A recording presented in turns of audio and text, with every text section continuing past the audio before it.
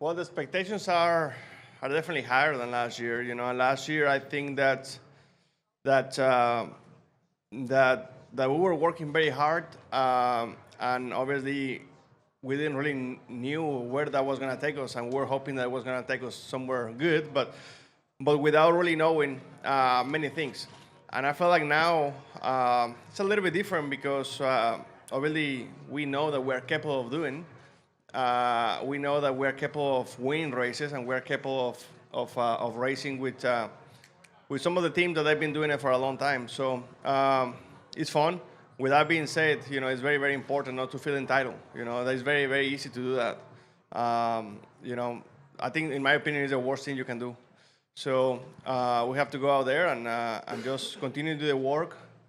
Because in my opinion, if we do exactly the same thing that we did last year, we won't be good enough. Everyone is always evolving. So we have to continue to work and show up every weekend with the best we can be. And what was your personal experience with this event last year and just the atmosphere that comes along with it? Everything that goes around to it.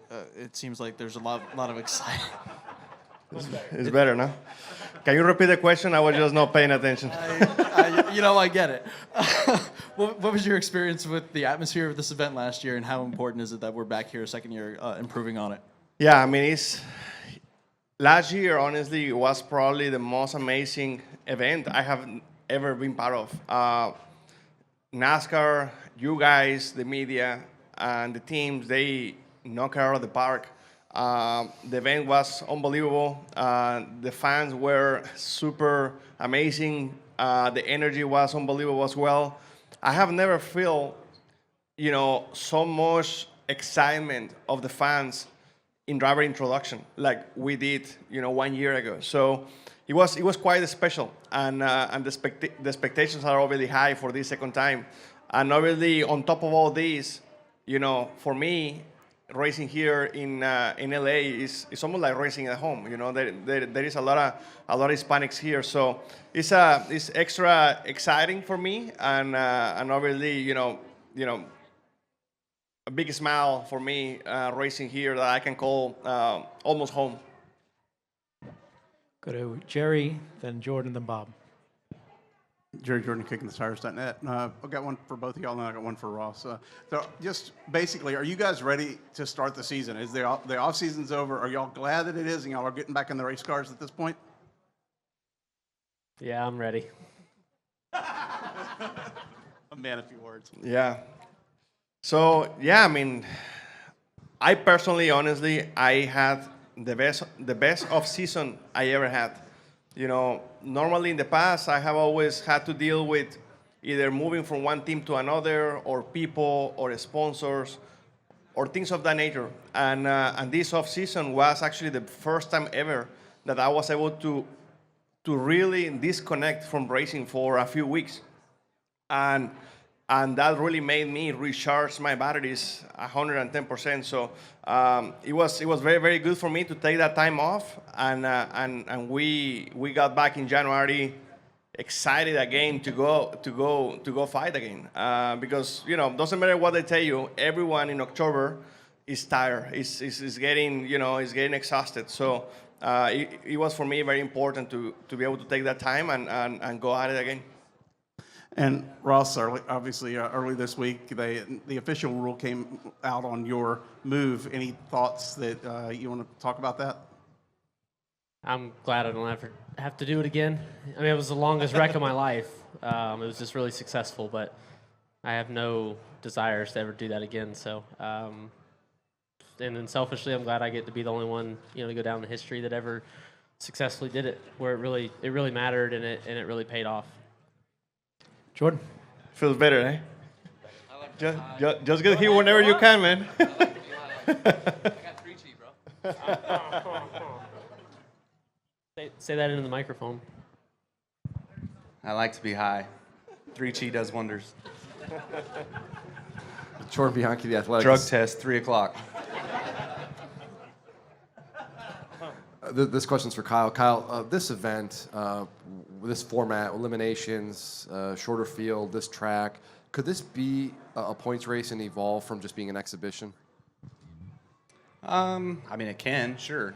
We do it at Bristol. Obviously, you've got heat races there, and then you lead into a feature and things like that. So it certainly could, but I feel like what it is and the way the format was designed initially when we came here last year, and the way the show was super enticing for the fans. I felt like it was really good for the drivers that hit it, that were up front most of the time, like myself and Logano, Reddick, where we did a good job early on in the weekend, practice, qualifying, everything, and you just kind of set yourself up and was able to stay up front. So I don't know that it needs to be a points race, but it certainly could be. Go to Bob.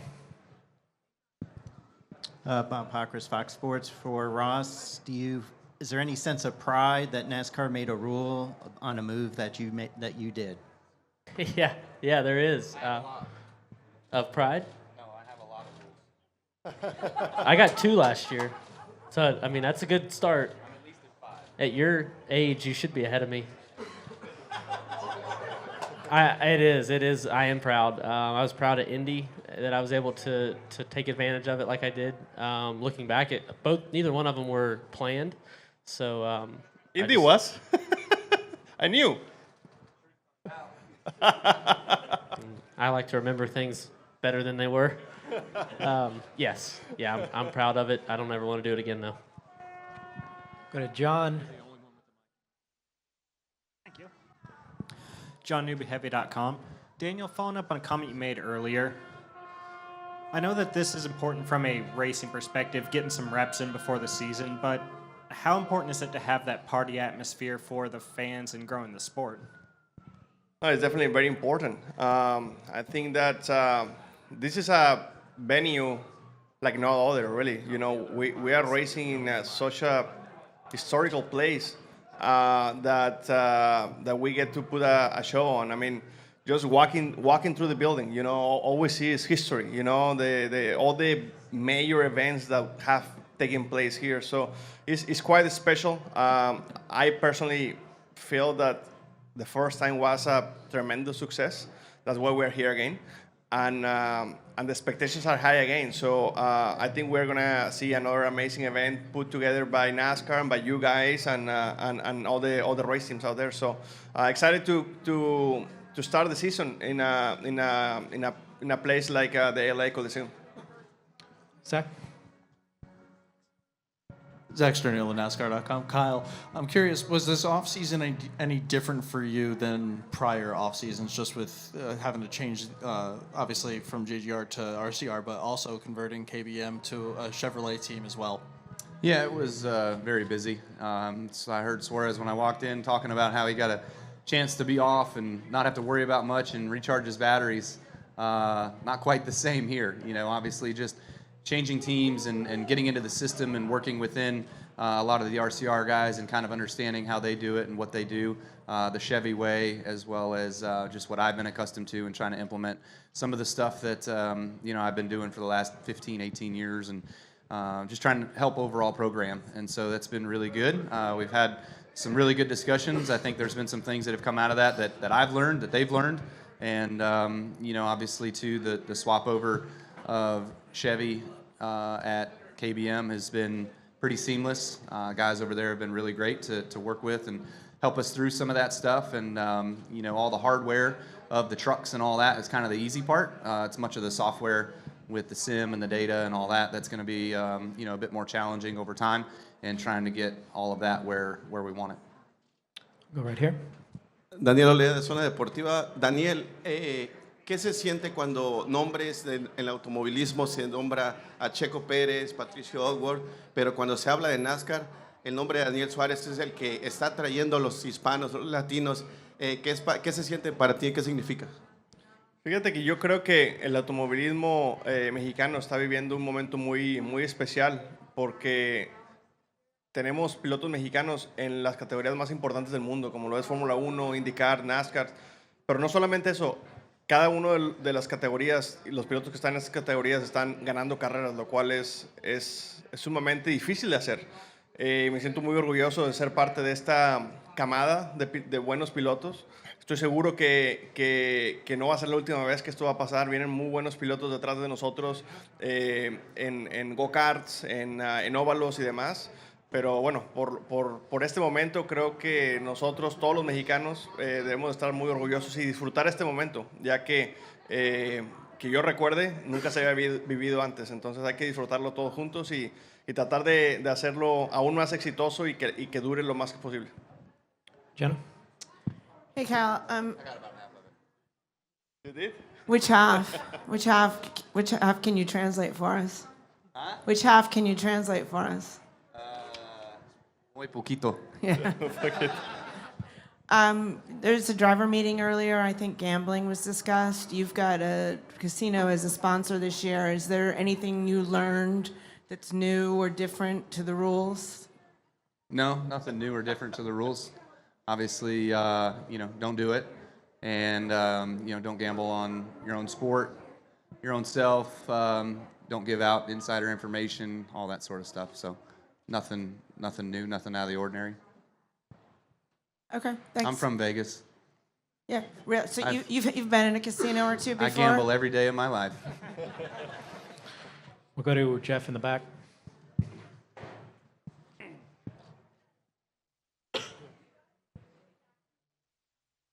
Kyle, who do you think is the GOAT in NASCAR? I don't know. I'd say there's probably a toss-up between 5 guys at the top, in my opinion. How do you think that gets sorted out? Like the era, car? It's tough. I think with the different eras, you always have the career statistics that particular driver may have over another driver because of X, Y, and Z, right? Like Richard, obviously, many of his earlier years prior to probably 80 was 90% of his success, right? So, but he still raced into the 90s. So like there was 12 or 13 years there where you could argue success wasn't great. But, you look at Johnson, who obviously was great all the way through, and then his last 3 years maybe a little slower. But Earnhardt obviously was short-lived, not quite able to fully execute his career. And then I also look at guys like David Pearson, who I would put at the top of that list, who never won a championship, but yet he could win every single weekend that he was out there, always on the racetrack, was always fast. A lot of times never ran full seasons, So I think that it's always up for debate. I think in other sports you can kind of say, in my opinion, that there are one guy that is a GOAT, but ours is, to me, I guess because it's insider information, it's hard to pick just one here in NASCAR. Joey, you posted about your hair in the off season. We all have seen it, we got it, but Bob is still getting daily questions about it that he's having to answer. So now that we have you here... You're asking for Bob. That's so nice of you. Now that we have you here, so that Bob can let all the viewers know, tell us, what you did and what made you decide to do it. Yeah, so I've been battling with alopecia for quite some time, where it just kind of comes and goes, and along with just male pattern balding at the same time. And Hair Club reached out and said, hey, we got a great fix for you. And I said, great, let me hear about it. And they got a lot of different avenues you can go, a lot of different things for people that are going through stuff. And there's a lot of really cool pieces that went along with it, ways that we can tie into the foundation as well moving forward. So they had a fix for me. They got probably a fix for about everybody. And so I went with that, and now I look 10 years younger. Let's see. I'm like the old days again, huh? I'm back, so it's good. What has the reaction been? And you're saying that. I'm assuming, are you feeling more confident or something? Because you're like, I'm back. I'm 10 years younger. Yeah, I mean that's. I look better and I feel, which is good. But yeah, no, it's like I said, it was a good opportunity to kind of. For one, I do a lot of things on TV and things that I noticed, and this isn't really uncommon for people to do. It's probably uncommon for people to talk about it for whatever reason. People don't really talk about this stuff, or they try to keep it secretive. But I'm pretty much an open book at this point, and I don't mind talking about things like that. Thank you. Go to Bob. I just wanted to follow up. 'Cause, I mean, the reaction on social has been mixed. I'm curious, have you read much about it, and what's your reaction to the reaction? I mean, I read through some of it. Honestly, it only matters what I think about it. And really, honestly, actually, the only person that really matters is my wife. You guys probably understand that. She likes it, so we're good to go. Go to Jerry. Jerry Jordan kicking the tires on that. I've got two, but the first one, Joe, is any of the other drivers in the garage hit you up for your Yes. deal? Yes. Harvick or who else? I got many text messages from a lot, from a lot of people I know, wondering what to do and who to call. So I've hooked up quite a few people already. Awesome. You need some? Probably so. Probably so. We can find a banner spot on the website. There you go. Say, are you ready to get back in the car? I mean, are you ready for the off season to be over with? And same for you, Ryan, to get back in behind the wheel and start racing and go forward.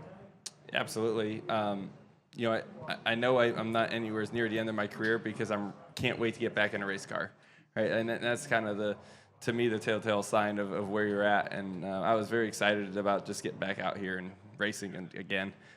So coming back to the LA Coliseum, seeing the track again, the excitement's the same as it was last year. Maybe you feel a little bit more comfortable this year because we know a little bit more about what we're about to get into. But yeah, it's definitely very exciting. Yeah, nice to be back. Sorry. How's your hair? I'm losing more and more every day. Are you? I'm getting old now. I got you, bro. They got stuff for the face because mine fell off my face too. So. We'll go to John in the center here, then Holly, then Zach. John, newbieheavy.com. Ryan, Fox said that you're going to be back in the booth at Daytona, and I know you've done it many times over the past couple of years. I mean, what is it that keeps bringing you back? Yeah, I'm doing a handful of races for them this year, and something I have been doing more and more, whether it's the booth or like the hubs, and I really just enjoy the booth. I mean, gives you a neat perspective on, for me, it gives me a neat perspective on the race. It's different watching up there than watching from the bus or anywhere else, and I feel like the more kind of current driver insight you can give to the fan watching at home is great. I mean, the people they have working up in the booths are really talented, who work up there week to week. But I think if you can get some drivers in there like they have been doing, whether it's Fox or NBC, it's just really good if you can kind of spew out of hey, I felt this in practice today, maybe look for this in this race, or kind of can explain a situation maybe a little bit more just because you're more experienced on that side. So something I really enjoy doing. Like I said, a handful is enough for me. I don't want to be up there every single week. But yeah, I think just some of the knowledge that a current driver can give is helpful for the person watching at home. Okay, and is there anything weirder than dealing with the snow delay in Las Vegas? With the what? With the snow delay during a broadcast? Yeah, I was on a streak there for a while where it was raining or snowing in weird places. And it snowed in Vegas. It rained in Phoenix, and it was whenever I was in the booth, so I didn't know what was going on. But the delays do stink, but you make the best of it. But hopefully we're over that hump. Go to Holly. Hey, Ryan. I just wanted to ask you a little bit about your mindset coming into this season. I know you had near misses last year and times that you were frustrated, or do you kind of look at that as, that's all part of a long career? There are going to be seasons like that. Is it even possible to be more motivated this year? I imagine you always come in at the top. Yeah, and definitely after the year we had last year of kind of missed opportunities and not having the best of years and things like that, not winning, and you feel like it makes you more motivated than ever. And really how our season ended, I would say motivates me the most. Even without the wins in the regular season or things like that, I messed up 2 of the races in the round 8, and it kept us from getting to Phoenix. And we had a car that could, contend at Phoenix for sure. So that, that kind of stinks. And you look back at that, like, man, I kind of disappointed in yourself when you're the one who inflicts, both of those mistakes. But yeah, I think everyone's motivated. And I feel like as a driver, as you get older, your mindset is, trying not to dwell on those things too hard and just learn from them and move on and realize you're going to have good years and bad years. And you just try to figure out a way to,